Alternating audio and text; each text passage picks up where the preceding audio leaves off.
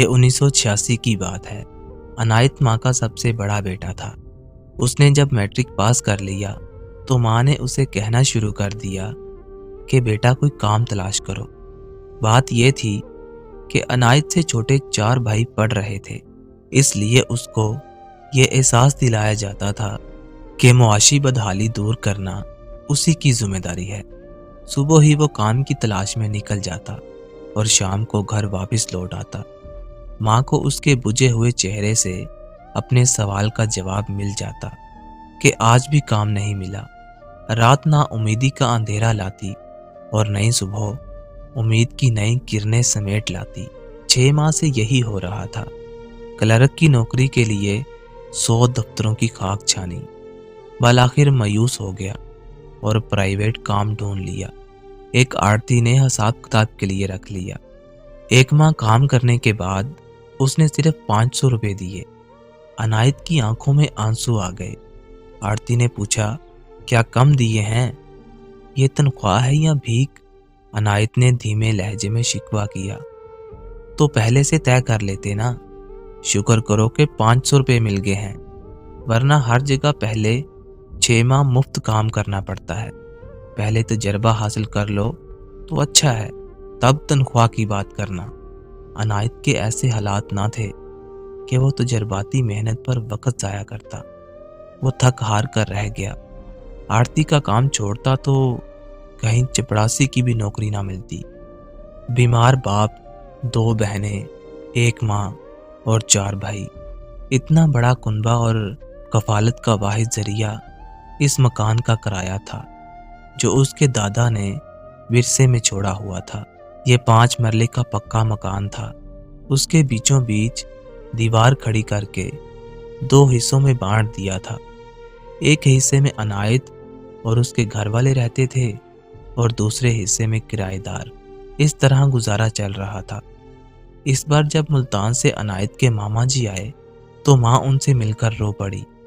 بھائی سے کہنے لگی کہ تم ہی اس کا کچھ سوچو، میں تو دعا کر کر کے تھک چکی ہوں، مگر عنایت کو کہیں کوئی نوکری ہی نہیں ملتی۔ کیا عنایت کو کسی کام کا ہنر آتا ہے؟ میٹرک پاس تو نوکری تلاش کرنا مشکل ہے۔ آج کل کا چپڑاسی بھی FA BA ہوتے ہیں۔ بہتر یہ ہے کہ کوئی ٹیکنیکل کورس کر لے تو میں اس کو سعودی عرب بھجوانے کا انتظام کر سکتا ہوں۔ شرط یہ ہے کہ اسے پہلی 2 تنخواہیں اس ایجنٹ کو دینی ہوں گی جو اس کے وہاں بھجوانے اور پھر کام دلوانے کا بندوبست کرے گا۔ اندھا کیا چاہے 2 آنکھیں۔ عنایت کی ماں نے فوراً حامی بھر لی۔ ماموں نے بھانجے کے لیے کچھ رقم بہن کو دی تاکہ کورس کے لیے کسی ادارے میں داخلہ لے لے۔ عنایت کی ماں بہت خوش ہو گئی۔ اس نے بیٹے پر دباؤ ڈالا کہ تمہارا ماموں یہ کہہ کر گیا ہے اور پیسے بھی دے کر گیا ہے، کورس کرنا ہوگا، ورنہ پھر وہاں جا کر ہر قسم کی مزدوری کے لیے تیار ہو جاؤ۔ غیر ملک میں پیسہ کمانا اتنا آسان نہیں ہوتا۔ تم ابھی جوان ہو، دل میں حوصلہ اور جسم میں طاقت ہے تو جلدی غریبی کی لعنت سے ہم چھٹکارا پا سکتے ہیں۔ 1.5 سال اسے کورس کرنے میں لگا۔ یہ وقت اس نے بہت مشکل گزارا۔ 6 ماہ ویزا کے انتظار میں لگے۔ جب ساری کارروائی پوری ہو گئی تو وہ دبئی روانہ ہو گیا۔ اب ماں اس کی جدائی سے ناڈھال تھی۔ پہلی بار بچھڑ رہا تھا، پھر بھی وہ خوشی کا اظہار کر رہی تھی۔ کہتی تھی، 2-4 برس کی تو بات ہے، کوئی بات نہیں بیٹا، تم ہزاروں میں کماؤ گے تو قرض بھی اتر جائے گا اور تمہاری بہنوں کے ہاتھ بھی پیلے ہو جائیں گے۔ اب گھڑیاں گن گن کر دن گزر رہے تھے۔ بالآخر وہ دن بھی آ گیا جس کا انتظار سارے کنبے کو تھا۔ عنایت کے آنے کا سن کر ماں خوشی سے جھوم رہی تھی۔ اس کا بیٹا 5 سال کے بعد دبئی سے گھر لوٹ رہا تھا۔ اس نے اتنا کما لیا تھا کہ بہنوں کی شادیاں کرنے کے بعد بھی کچھ سرمایہ بچ رہا تھا۔ وہ اپنے وطن میں بہت اچھی طرح کوئی کاروبار کر سکتا تھا۔ اس نے فون پر کہا تھا، ماں فکر نہ کرنا، میں بہنوں کے لیے عمدہ ریشمی جوڑے، گھڑیاں اور گھریلو چھوٹا موٹا سامان ساتھ لا رہا ہوں۔ اس نے اپنے آنے کی تاریخ بھی بتا دی۔ وہ پہلے ملتان میں اترا، جہاں سے ایک روز ننیال میں ٹھہر کر ماموں سے ملنا تھا، پھر آگے اپنے شہر جانا تھا۔ ماموں کا شکریہ ادا کرنا لازم تھا، جن کی مہربانی نے ان کو خوشیوں اور آسودہ حالی کے یہ دن دکھائے تھے۔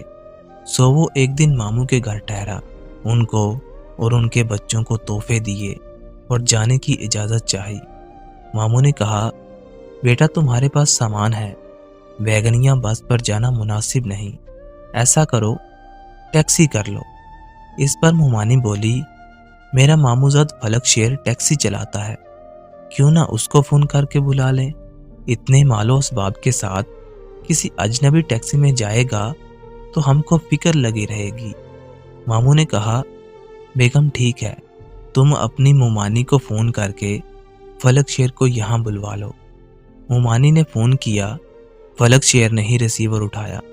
وہ ان کی بات سن کر کہنے لگا کہ میں آج فارغ ہی ہوں، آ کر عنایت صاحب کو لے جاتا ہوں۔ آدھے گھنٹے بعد اس نے دستک دی۔ ماموں باہر نکلے تو اس نے کہا، میں ذرا جلدی میں ہوں، گاڑی چیک کروا لوں، رستے میں جگہ جگہ سڑک ٹوٹی ہوئی ہے، عنایت کو بھیج دیں۔ ورک شاپ پر کتنا ٹائم لگے گا؟ ماموں نے سوال کیا۔ یہی کوئی آدھا گھنٹہ، فلک شیر نے جواب دیا۔ یوں ماموں نے عنایت کو فلک شیر کے ساتھ بھیج دیا۔ فلک شیر راستے میں ایک ورک شاپ پر رکا، تھوڑی دیر بعد آ کر بولا، عنایت بھائی، موٹر میں کام ذرا زیادہ نکل آیا ہے، آپ ایسا کریں، آپ میرے گھر پر تھوڑی دیر قیام کر لیں، میں گاڑی بنوا کر ابھی آتا ہوں۔ وہ بیچارہ مان گیا۔ فلک شیر اسے اپنے گھر لے آیا، اپنے والد کو بتایا کہ یہ بلال صاحب کے بھانجے ہیں، میں ذرا گاڑی کو صحیح کروا لوں، تب تک یہ ہمارے مہمان ہیں۔ فلک شیر کا باپ اس سے گرم جوشی سے ملا اور اسے اندر لے گیا، اس کی خاطر تواضع کی اور دونوں دبئی کی باتیں کرنے لگے۔ جبکہ فلک شیر واپس ورک شاپ پر چلا گیا۔ اس نے 1-2 گھنٹے کا کہا تھا، لیکن مغرب ہو گئی تھی، لیکن وہ ابھی تک نہیں لوٹا تھا۔ اس کے باپ نے کہا، عنایت بیٹا، اب رات سر پر ہے، رستے میں ڈاکو وغیرہ مسافروں کو لوٹ لیتے ہیں، اور تم تو دبئی سے آ رہے ہو، تمہارے پاس قیمتی سامان بھی ہوگا۔ جی ہاں بالکل، میرا تو سارا ہی سامان قیمتی ہے، بہنوں کے جہیز کے لیے خریداری کی ہے، 5 سال کے بعد گھر لوٹ رہا ہوں۔ تب تو نقدی وغیرہ بھی ہوگی تمہارے پاس؟ نقدی کے ساتھ کچھ سونا بھی خریدا ہے انکل، بہنوں کی شادیوں کے لیے زیورات بھی بنوائے ہیں۔ بیٹے عنایت، پھر تو تمہیں مشورہ دوں گا کہ تم ہرگز رات کا سفر مت کرو، کھانا کھا کر سو جاؤ۔ ابھی تک فلک شیر نہیں لوٹا، وہ عشاء تک آ جائے گا، شاید گاڑی میں کچھ مسئلہ نکل آیا ہے، اگر رستے میں کوئی ویران جگہ پڑ گئی تو کچھ بھی ہو سکتا ہے، صبح تڑکے ہی نکل جانا۔ عنایت نے سوچا، بزرگ ٹھیک ہی کہہ رہے ہیں، رات کا سفر خطرناک ثابت ہو سکتا ہے، دن کو ہی سفر کرنا بہتر ہوگا۔ اس نے فلک شیر کے گھر میں سو جانا بہتر سمجھا۔ باپ کے ساتھ عنایت کی گفتگو فلک شیر کے بھائیوں نے بھی سنی۔ عشاء کی نماز کے بعد فلک شیر بھی گھر آ گیا، کہنے لگا، گاڑی میں تھوڑا سا مسئلہ تھا، مگر ٹائر پرانے تھے، سوچا کہ نئے ڈلوا لیتا ہوں، اسی سبب سے ذرا دیر ہو گئی۔ خیر، اللہ کے ہر کام میں بہتری ہوتی ہے۔ اب صبح چلیں گے، صبح ناشتہ کر کے ہم نکل جائیں گے، اس وقت گرمی بھی کم ہوگی۔ یہ طے پا گیا کہ اب سفر صبح ہی کرنا ہے۔ فلک شیر کی والدہ نے پرتکلف کھانے کا انتظام کر لیا، سب نے سیر ہو کر کھانا کھایا اور ایک علیحدہ کمرے میں اس کا بستر لگا دیا۔ کھانا کھانے کے بعد فلک شیر نے کچھ دیر اپنے مہمان سے گپ شپ میں وقت گزارا، دبئی کے بارے میں معلومات لیں، پوچھا، اگر میں وہاں پر ٹیکسی چلاؤں تو کتنا کما لوں گا، اور دبئی کا ویزا کتنے میں مل جائے گا؟ عنایت نے سادہ دلی سے تمام معلومات دیں اور باتوں باتوں میں بتا دیا کہ 5 سالوں میں اس نے اتنا کما لیا ہے کہ اب وہ خوشحال ہو گیا ہے، بہنوں کی شادی کے لیے خوب دل کھول کر خریداری کی ہے, کیا کیا خریدا ہے اور کتنا سونا لائے ہو, سبھی کچھ اس نے فلک شیر کو بتا دیا. اس نے الیکٹرانکس کا کچھ سامان دیکھنے کی خواہش کی تو سادہ دل عنایت نے ہر چیز کھول کھول کر اسے دکھائی جو وہ گھر والوں کے لیے لے جا رہا تھا. غیر ملکی کپڑا اور بیش قیمتی گھڑیاں, جوسر, گرینڈر مشین, وی سی آر. ان دنوں میں وی سی آر کا دور تھا. ان چیزوں کو دیکھ کر فلک شیر اور اس کے بھائیوں کے دل میں لالچ آ گیا. وہ سوچنے لگے کہ اس کے پاس اتنا مال ہے, کاش فلک شیر بھی دبئی کمانے چلا جاتا تو کتنا اچھا ہوتا, ہماری غربت بھی دور ہو جاتی. عنایت نے کپڑوں کا ایک ایک جوڑا فلک شیر کے والد اور والدہ کو دیا اور فلک شیر کو ایک گھڑی دی. سوچا وہ مانی اس امر سے خوش ہو جائیں گی. عنایت کی عادت تھی کہ وہ دبئی میں گھر والوں کے لیے اداس ہو جاتا تھا تو ٹیپ لگا لیتا تھا اور گھر والوں کے لیے کیسٹ میں باتیں ریکارڈ کر کے پاکستان جانے والے کسی دوست کے ہاتھ بھجوا دیتا تھا. اس بار آنے سے پہلے بھی اس نے کیسٹ بھری تھی لیکن بھجوا نہ سکا. پھر وہ خود ہی پاکستان کے لیے عزم سفر ہو گیا. تبھی اس نے دل بہلانے کو ٹیپ ریکارڈر نکالا. رات کو جب وہ سونے لگا تو فلک شیر اس کے لیے ایک دودھ کا گلاس لے آیا. جنوبی پنجاب کے باشندوں کی یہ عادت ہے کہ رات کو سونے سے پہلے دودھ ضرور پیتے ہیں. عنایت نے کہا, بھائی میں نے کھانا زیادہ کھا لیا ہے اس لیے دودھ رہنے دو. یار یہ کیا بات ہوئی, نوجوان آدمی ہو, تم نے کافی پہلے کھانا کھایا تھا, اب رات کے 12 بج رہے ہیں, کھانا تو کب کا ہضم ہو گیا ہوگا. اب دودھ پی لو, نیند اچھی آئے گی, تھکن بھی اتر جائے گی. جب اس نے اصرار کیا تو عنایت نے اس کے ہاتھ سے دودھ کا گلاس لے کر پی لیا اور سونے کے لیے لیٹ گیا.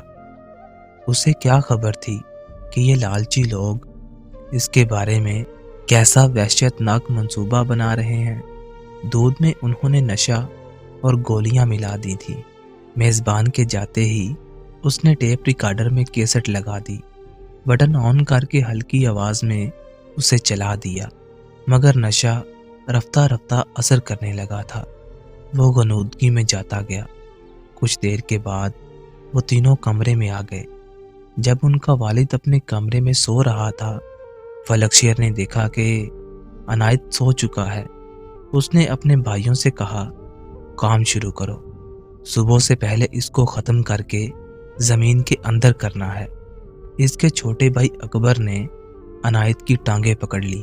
خود وہ چھلانگ لگا کر اس کے اوپر بیٹھا اور اسے دبوچ کر دونوں بازو مضبوطی سے قابو کر لیے اور عنایت کے منہ پر تکیہ رکھ کر اس کا سانس بند کر دیا. وہ دم گھٹنے سے تڑپنے لگا تو انہوں نے اسے پوری طرح پکڑا ہوا تھا, تاہم اس کے زور لگانے سے تکیہ اس کے منہ سے ہٹ گیا. وہ اب پوری طرح بیدار ہو چکا تھا. وہ چلانے لگا, یہ تم میرے ساتھ کیا کر رہے ہو. وہ بس اتنا ہی بول پایا تھا کہ فلک شیر نے دوبارہ تکیہ اس کے منہ پر رکھ کر اپنے گھٹنوں سے اس کو دبا دیا اور اس کی سانس کو پوری قوت سے بند کر دیا. تبھی فلک شیر کی ماں آواز سن کر کمرے میں داخل ہوئی. یہاں تو کمرے میں عجیب ہی منظر تھا. اس کے تینوں بیٹے عنایت پر سوار تھے اور اس کی جان نکالنے میں لگے ہوئے تھے.